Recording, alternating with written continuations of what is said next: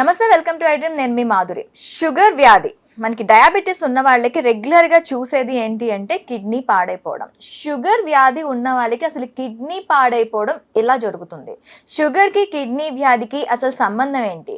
ఈ వ్యాధి ఉన్న వాళ్ళలో మనకి యూరిన్ పాసెస్ కూడా ఎక్కువగా చూస్తూ ఉంటాం. ఈ రెండు వ్యాధుల మధ్యలో ఉన్న బాండ్ ఏంటో డీటెయిల్గా చెప్పడానికి మనతో పాటు ఉన్నారు కిరణ్ కుమార్ ముఖ, nephrologist, kidney transplant physician, Medicover hospitals, Begumpet. తనని అడిగి డీటెయిల్గా తెలుసుకుందాం. Hello sir. నమస్కారం అండి. సార్, మనకి షుగర్లో అంటే డయాబెటీస్ ఉన్న వాళ్ళలో మనకి ఎక్కువగా కిడ్నీ ప్రాబ్లమ్స్ చూస్తూ ఉంటాం. షుగర్ వ్యాధికి కిడ్నీ ప్రాబ్లమ్స్కి అసలు సంబంధం ఏంటి? సో షుగర్ వ్యాధి అనేది, డయాబెటీస్ అనేది చాలా కామన్ డిసీజు. ఐ థింక్ మనందరికీ life style disease, non contagious disease, non communicable diseases కింద వస్తుంది ఇది. Actually India is the diabetic capital of the world. అంటే ప్రపంచంలో మీకు డయాబెటిక్ పాపులేషన్ అనేది ఇండియాలోనే చాలా ఎక్కువ, హైయెస్ట్ నెంబర్ ఇండియాలోనే ఉంది.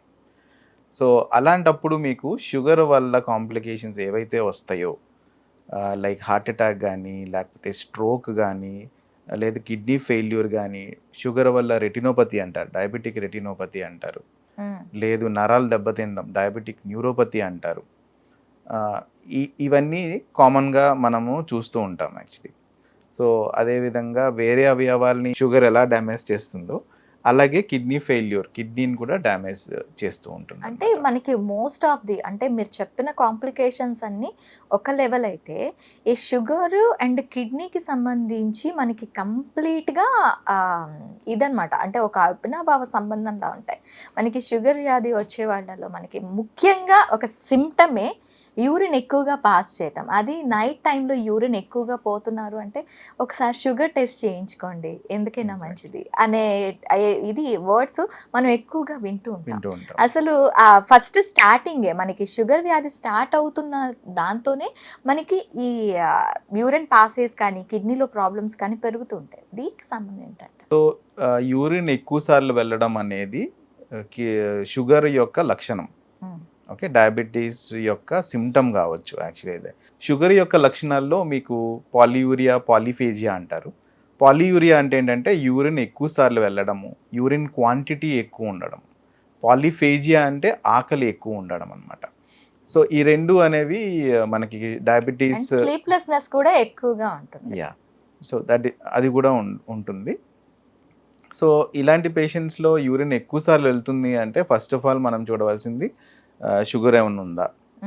ఆల్రెడీ షుగర్ ఉంటే, షుగర్ పేషెంట్స్లో మీకు యూరిన్ ఎక్కువ సార్లు వెళ్తున్నారు అంటే షుగర్ వల్ల కిడ్నీ ఏమైనా డ్యామేజ్ అయిందా అనేది కూడా చూసుకోవాలి. సో షుగర్ వల్ల కిడ్నీ డ్యామేజ్ని మనం డయాబెటిక్ కిడ్నీ డిసీజ్ అంటాం. Kidney diabetic nephropathy or diabetic kidney disease అని అంటూ ఉంటాం అన్నమాట.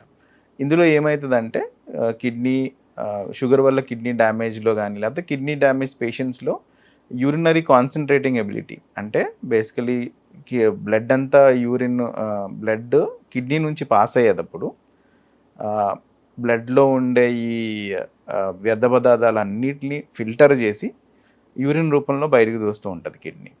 సో అదే టైంలో ఎక్స్ట్రా వాటర్ ఏదైతే ఉంటుందో బాడీలో, మనం వాటర్ తాగుతాం, సో ఎక్స్ట్రా వాటర్ ఏదైతే ఉంటుందో అది కూడా యూరిన్ రూపంలో బయటకు పోతూ ఉంటుంది అన్నమాట. సో కిడ్నీలో ఈ యూరిన్ని కాన్సన్ట్రేట్ చేసే ఎబిలిటీ ఉంటుంది. ఓకే, సో కిడ్నీ వ్యాధిలో ఇది పోతుంది. అప్పుడు ఏమవుతుంది, డైల్యూట్ యూరిన్ బయటకు వచ్చేస్తూ ఉంటుంది అనమాట. అప్పుడు యూరిన్ ఎక్కువసార్లు వెళ్ళవలసిన అవసరం వస్తుంది. యూరిన్ క్వాంటిటీ కూడా కొంచెం పెరుగుతూ ఉంటుంది. అండ్ మూడవది అంటే ప్రోస్టేట్ వల్ల కూడా మీకు యూరిన్ ఎక్కువసార్లు వెళ్తూ ఉంటుంది. కాకపోతే ఇది వయసు అయిన పేషెంట్స్, అంటే more than 50-60 years of age పేషెంట్స్కి యూరిన్ ఎక్కువసార్లు, స్పెషల్లీ నైట్ టైంలో ఎక్కువసార్లు లెగవలసిన అవసరం వస్తూ ఉంటుంది అనమాట. సో షుగర్ పేషెంట్స్లో యూరిన్ ఎక్కువ వెళ్తుంది అంటే, ఒకటి మీరు చెప్పిన విధంగా షుగర్స్ ఎక్కువన్నా ఉండాలి, లేదు కిడ్నీ వ్యాధి ఏదో ఉంది, కిడ్నీ ఫెయిల్యూర్ ఏదో ఉంది అన్నట్టు. సో ఇవి చూసుకోవాలన్నమాట. ఓకే, ఒకవేళ ఈ కిడ్నీ ప్లస్ షుగర్ కాంబినేషన్స్ ఉండేటప్పుడు వీళ్ళకి ట్రీట్మెంట్స్ ఎలా ఉంటాయి? షుగర్ వల్ల కిడ్నీ ఫెయిల్ అవ్వాలంటే షుగర్ అట్లీస్ట్ 10 years కన్నా ఎక్కువ ఉండాలి. లేకపోతే 2 years షుగర్ వచ్చింది, కిడ్నీ వ్యాధి వచ్చింది, కిడ్నీ ఫెయిల్యూర్ అవుతుందంటే షుగర్ కాకుండా వేరే ఏదో కిడ్నీ వ్యాధి ఉంది అని అర్థం యాక్చువల్లీ. అయితే ఎందుకంటే షుగర్ కిడ్నీని డ్యామేజ్ చేయాలంటే అట్లీస్ట్ ఒక 10 years అన్నా ఉండాలి. సో 10 years కన్నా అబోవ్ ఉండాలి. ప్లస్ మీకు బీపీ కానీ అలాంటివి ఏమైనా ఉంది అంటే కిడ్నీ ఇంకా తొందరగా డ్యామేజ్ అయ్యే అవకాశాలు కూడా ఉంటాయన్నమాట. సో షుగర్ వల్ల కిడ్నీ డ్యామేజ్ అయిన పేషెంట్స్కి ట్రీట్మెంట్స్ అంటే ఫస్ట్ థింగ్ ఏంటంటే షుగర్ కంట్రోల్. షుగర్ కంట్రోల్ పర్ఫెక్ట్గా ఉండాలి. ఫాస్టింగ్ షుగర్ లెస్ దెన్ 100 ఉండాలి. టిఫిన్ చేసిన ఒక 1.5 hours 2 hours చూసిన తర్వాత అంటే పోస్ట్ ప్రాండియల్ బ్లడ్ షుగర్స్ చూస్తే లెస్ దెన్ 180 ఉండాలి. HbA1c అంటారు. HbA1c అంటే 3 months యావరేజ్ షుగర్స్ అనమాట. అది 6.5 to 7 వరకు ఉండొచ్చు. అంటే ఇవి టార్గెట్స్ యాక్చువల్లీ. అయితే బీపీ చూసుకున్నట్టయితే బీపీ అనేది 130/80 కన్నా తక్కువ ఉండాలి. అంతకన్నా ఎక్కువ ఉందంటే కిడ్నీ డ్యామేజ్ అవుతూ ఉంటుందన్నమాట. So sugar control, BP control పర్ఫెక్ట్గా ఉండాలి. మీకు కొలెస్ట్రాల్, ఒకవేళ కొలెస్ట్రాల్స్ ఎక్కువ ఉన్నాయి అనుకుంటే కొలెస్ట్రాల్ కంట్రోల్ పెట్టుకోవాలి. డైట్ మెయింటైన్ చేసుకోవాలి. సో ఎనీ కిడ్నీ ఫెయిల్యూర్ పేషెంట్కి డైట్ ఏంటంటే మీకు నాన్ వెజిటేరియన్ ఫుడ్ చాలా తగ్గించుకోవాలి. రెడ్ మీట్ అంటే మటన్ అసలు తినకూడదు.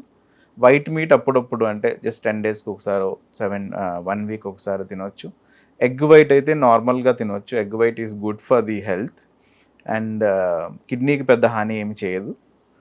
ఉప్పు, సాల్ట్ అనేది చాలా చాలా తగ్గించుకొని తినాలి. ఇది సాల్ట్ అనేది పర్పెచువల్ ఎనిమీ. అసలు ఏ వ్యాధిలో అయినా సాల్ట్ అనేది biggest enemy for the body. So salt అనేది చాలా తగ్గించుకొని తినాలి.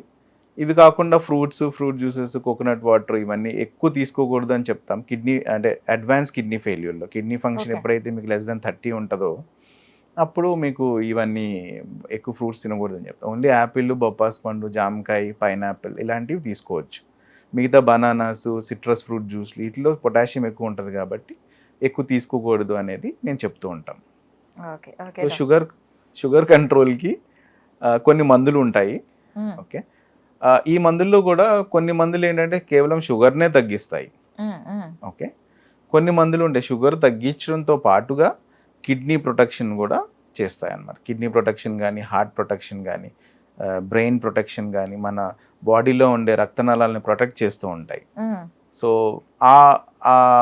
ఆ పర్టికులర్ మెడికేషన్స్ని మనము ప్రిఫర్ చేయాలి. సో దీనికి అంటే ఏ కండిషన్స్లో ఇవి అవసరం పడతాయి అంటే షుగర్ మనకి డయాబెటీస్ అనేది లైఫ్ స్టైల్ చేంజెస్ వల్ల కొంతవరకు దాన్ని కంట్రోల్లో చేసుకోవచ్చు అంటూ ఉంటారు. అలాంటి వాళ్ళల్లో ఈ మెడికేషన్స్ అనేవి ఎంతవరకు ఉపయోగపడతాయి? అండ్ ఒకవేళ షుగర్ వ్యాధి బాగా పెరిగిపోయి ఈ డిసీజెస్ ఉన్న వాళ్ళకి ఇది ఇస్తూ ఉంటారా? సో బేసికలీ షుగర్ పేషెంట్స్కి 2 విధాలుగా ఉంటుంది. ఒకటేమో ఎండ్ ఆర్గన్ డ్యామేజ్ అంటారు. ఎండ్ ఆర్గన్ డ్యామేజ్ అంటే మీకు కిడ్నీ కానీ, హార్ట్ కానీ, బ్రెయిన్ కానీ, నరాలు కానీ ఇవేమి ఇన్వాల్వ్ కాకపోవడం యాక్చువల్లీ. అయితే అంటే ఓన్లీ షుగర్సే ఉన్నాయి, కాంప్లికేషన్స్ ఇంకా స్టార్ట్ అవ్వలేదు యాక్చువల్లీ. రెండోది ఏంటంటే షుగర్ వచ్చింది, చాలా సంవత్సరాలు ఉన్నాయి, మీకు అవయవాలు కూడా డ్యామేజ్ అవ్వడం స్టార్ట్ అవుతున్నాయి. ఇది ఎండ్ ఆర్గన్ డ్యామేజ్ అంటారు. సో ఫస్ట్ కేటగిరీ పేషెంట్స్లో మీరు షుగర్ తగ్గడమే చాలా ఇంపార్టెంట్. సో దానికి మనము యాజ్ యూజువల్ మెడికేషన్స్ వాడుకోవచ్చు.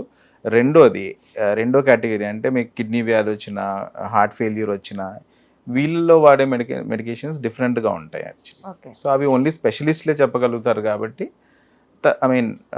ఆ పర్టికులర్ స్పెషలిస్ట్ దగ్గరికి వెళ్ళి ట్రీట్మెంట్ తీసుకోవడం అనేది చాలా ఇంపార్టెంట్ అవుతుంది. Okay doctor, thank you very much.